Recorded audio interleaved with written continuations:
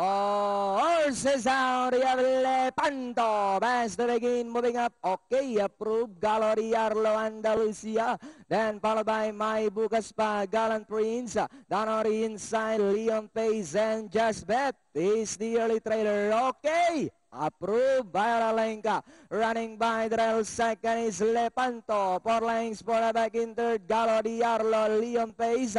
My Bukas Pa, Gallant Prince, Andalusia. Second last, and Just Bet trails the field by about 10 to 12 lengths of the pace. And it's still okay.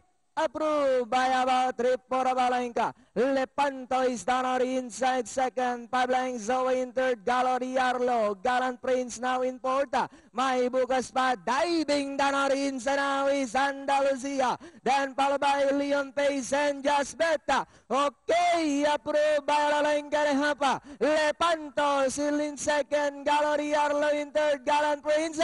Andalusia now finds an opening to take board. Okay, approved by only 2 lengths. Lepanto.